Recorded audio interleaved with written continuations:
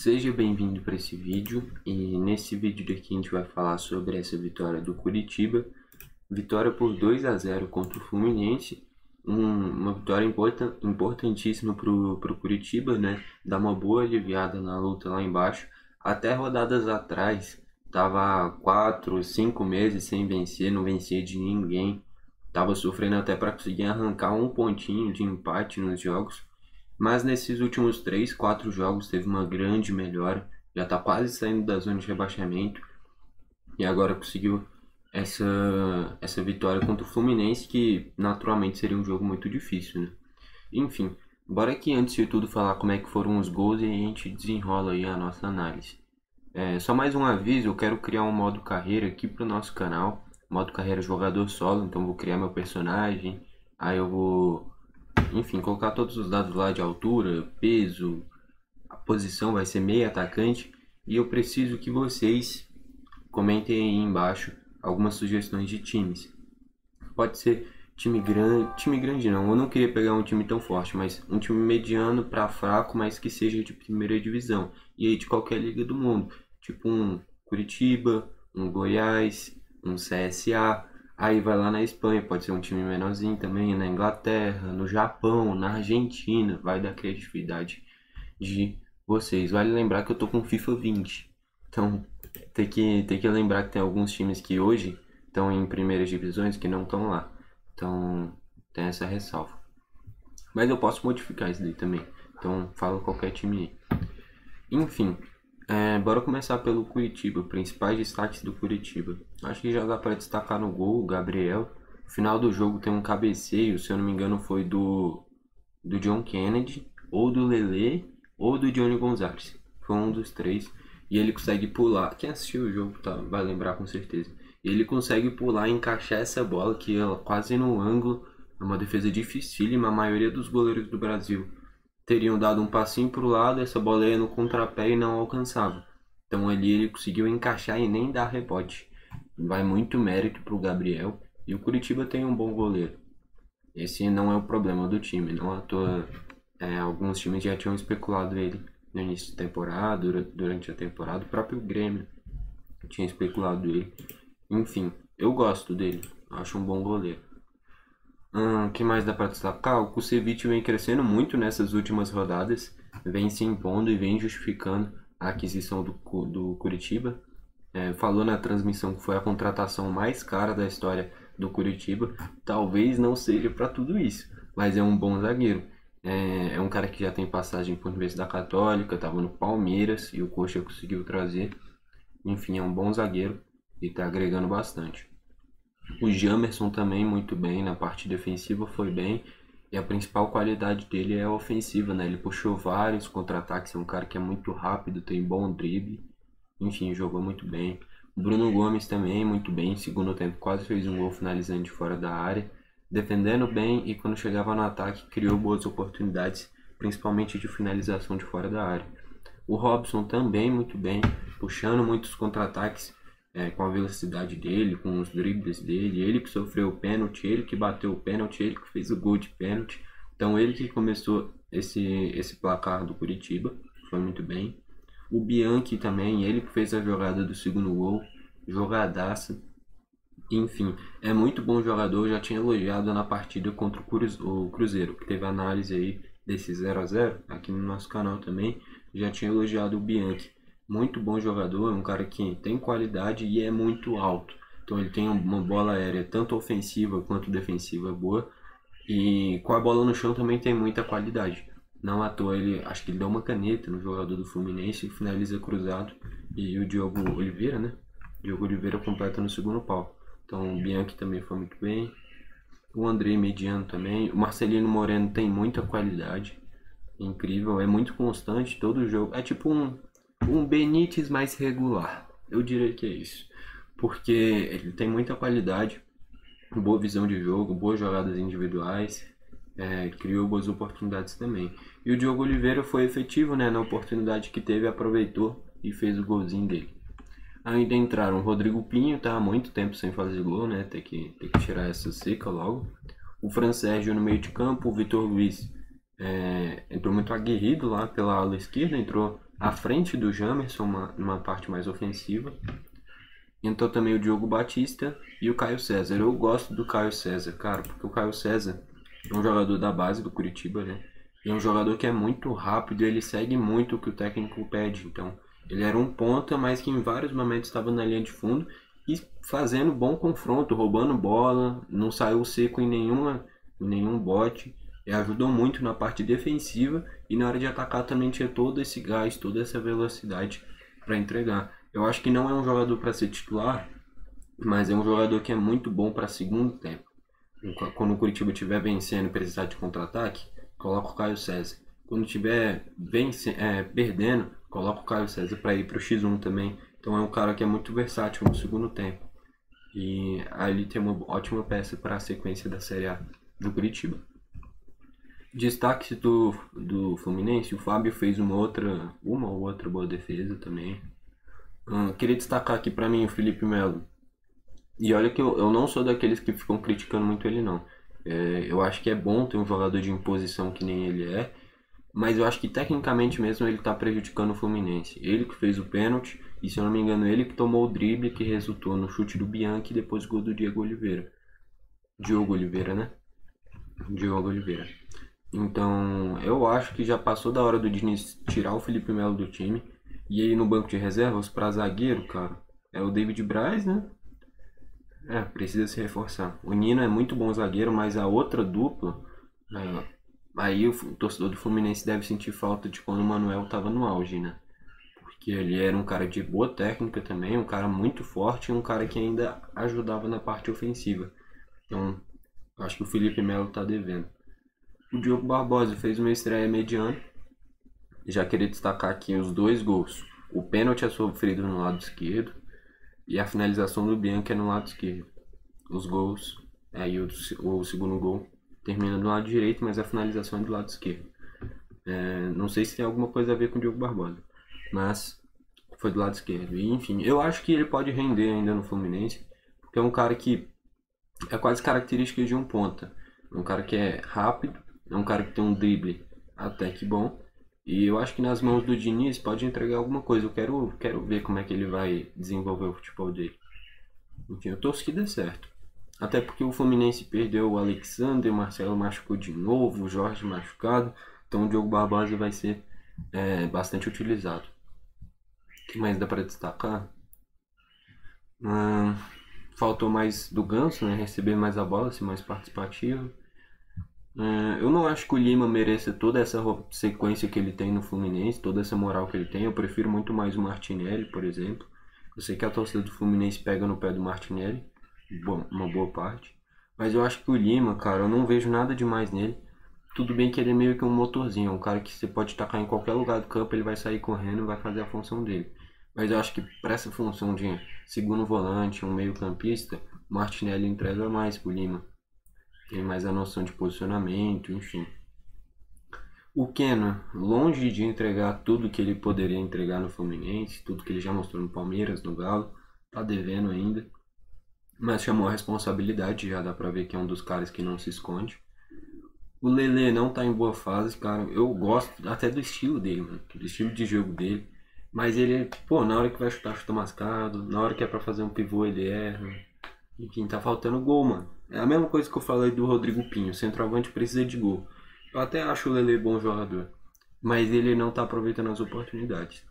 O Arias também até tentou, mas não foi efetivo. Entrou o John Kennedy, entrou muito bem, mudou o jogo. Bom, pelo menos não o suficiente, né? Mas entrou e deu uma boa modificada, entrou bem. O Johnny Gonzalez entrou bem também, muita movimentação. O Léo Fernandes, eu gosto dele, mas eu achei que ele entrou meio mal na partida. Eu acho que ele quebrou um pouquinho o ritmo do Fluminense. Porque ele. Tanto é que tem lances que mostram que o Diniz claramente pedindo movimento, toca rápido. E o Léo Fernandes muitas vezes pegava a bola, esperava a movimentação, aí conduzia e tocava. Aí até lá a defesa do Curitiba já estava toda fechada de novo. Então eu acho que o Léo não entrou tão ligado nesse sentido, prendeu demais a bola. Entrou o Isaac ainda na esquerda, né? E o Danielzinho entrou muito bem. Primeiro lance dele, ele deixa o Keno na cara do gol e aí o Keno chuta pra fora. Eu acho que o Danielzinho foi uma baita contratação. Não sei por que ele não foi tão aproveitado no Bahia. cara era reserva, nem entrava direito. E tem muito futebol. Eu queria no Grêmio, para vocês terem ideia, mesmo sendo reserva escanteado no Bahia, para mim é titular no Grêmio. É muito bom jogador e conduz muito bem a bola, tem boa visão de jogo, pode jogar mais atrás como um segundo volante, pode jogar de meia quando tirar o Ganso. Baita contratação e eu tenho certeza que não foi muito caro, porque não estava sendo utilizado. Então, baita contratação e os dois novos contratados entraram muito bem, tanto o Johnny Gonzalez, tanto o Danielzinho. Os dois mudaram o jogo, entraram muito bem. As substituições, no geral, o Isaac meio apagado, o Léo Fernandes eu achei que não entrou tão bem, mas participativo pelo menos. E o John Kennedy, o Johnny Gonzalez e o Danielzinho entraram muito bem. Mudaram o jogo a favor do Fluminense, a partir da entrada deles vira ataque contra a defesa. Finalizações, 9 do Curitiba, 5 no gol, 15 do Fluminense, 3 no gol. Posse de bola, 73% para o Fluminense e 27% para o Curitiba. É o Diniz, é a característica dele, ter a bola, rodar a bola. E a partir disso daí, fica muito claro o segundo tempo, principalmente. Ataque contra a defesa, Fluminense com a bola, Curitiba se defendendo. O Fluminense não estava conseguindo criar grandes oportunidades.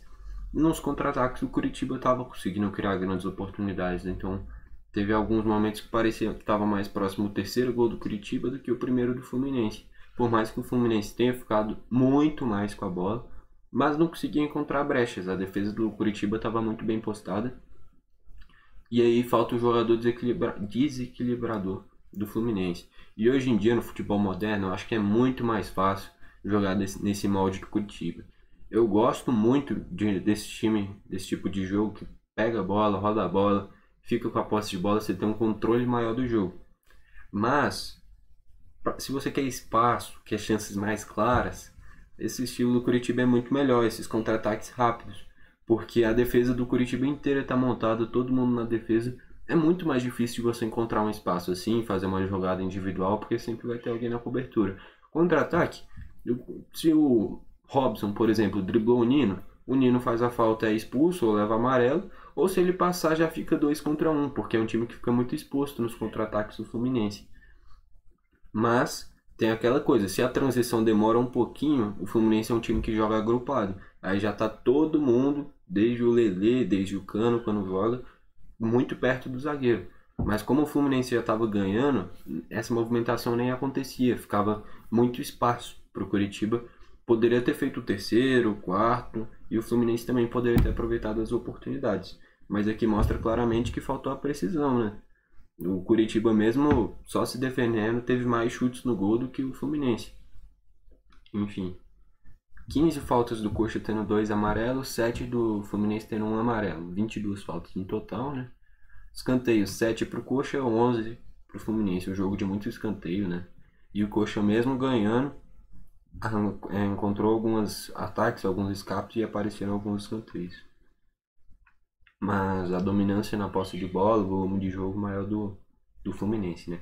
Com esse resultado, o Fluminense na 7ª colocação com 25 pontos. Acho que vai se provavelmente estabilizar nessa parte do meio da tabela, brigar por G4 talvez e ficar mais por aqui. Briga por título já, eu acho que não. E eu achava que o Fluminense ia vir muito forte depois do início de temporada que fez. Já o Curitiba, que nem eu falei, 4 jogos em sequência muito bons. Venceu do América, venceu do Goiás, vale destacar, venceu do América em casa, venceu do Goiás fora de casa, coisa que é muito difícil. Não à toa na rodada seguinte o Goiás conseguiu empatar com o Galo. E já venceu do líder Botafogo lá em casa. Lá em casa não, né? Porque lá na casa do Goiás. E depois empatou com o Cruzeiro fora de casa, que também é um resultado bom. E vale destacar, o Cruzeiro perdeu nessa última rodada pro Goiás fora de casa. Então o Cruzeiro também tem que ficar de olho aberto para não ficar nessa briga até o final contra a zona de rebaixamento. E aí agora o Curitiba ainda vence do Fluminense. Então são 4 jogos em sequência que são resultados espetaculares para o Curitiba. É só a gente olhar aqui nesses últimos 4 jogos, 3 vitórias e 1 empate. O Curitiba no campeonato inteiro, 3 vitórias e 5 empates. Então antes dessa sequência de 4 jogos, só tinha 4 empates, tinha 4 pontos. Embalou 4 jogos bons, tá com 14 já. Já passou 2 times, já tá só a 1 pontinho de fora da zona de rebaixamento. E algo que era decretado, Curitiba rebaixado praticamente, só com essa sequenciazinha aí boa, você já tá muito mais vivo do que o Vasco, do que o América, por aí vai. Então, futebol é momento. Se um time embala um momento bom, ele dá a volta por cima. O próprio Cuiabá, ó, embalou uma sequência boa, tá muito distante da zona de rebaixamento. Cadê? O Grêmio embalou uma sequência muito boa, tava no meio da tabela, pensando em, e se a gente for rebaixado? De repente embalou uma sequência boa de 2 meses pra cá, hoje é vice-líder. Então, futebol é momento, cara. Se o time engata um momento bom, o espelho que a gente tem de um time, o que a gente espera de um time muda completamente, né?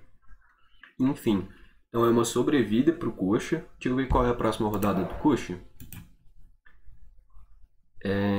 Curitiba e Botafogo. Aí quebra, né?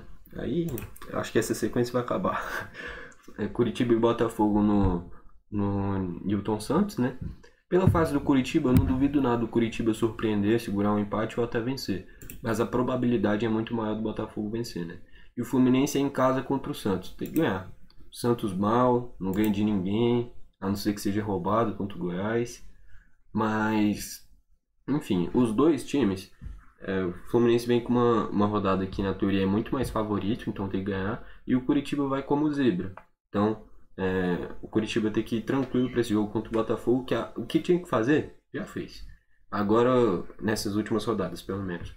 Agora contra o Botafogo, se vence, aí, pô, surpreende o Brasil inteiro, dá uma paz imensa para os jogadores. E, enfim, o futebol é assim, né? Tudo pode acontecer. Espero que tenha gostado. Se gostou, deixa o seu like. Se não gostou, deixa o dislike. E comenta pra você qual foi o melhor da partida. Eu ainda não dei meu voto, né? Meu voto de melhor da partida vai para o... Tem muito jogador do Curitiba que foi bem, cara. Eu acho que poderia ser o Gabriel, o Kusevich, o Jamerson, o Bruno Gomes, o Bianchi, o Robson. Eu tô muito mais tendencioso pro Kusevich, pro Bianchi e pro Robson.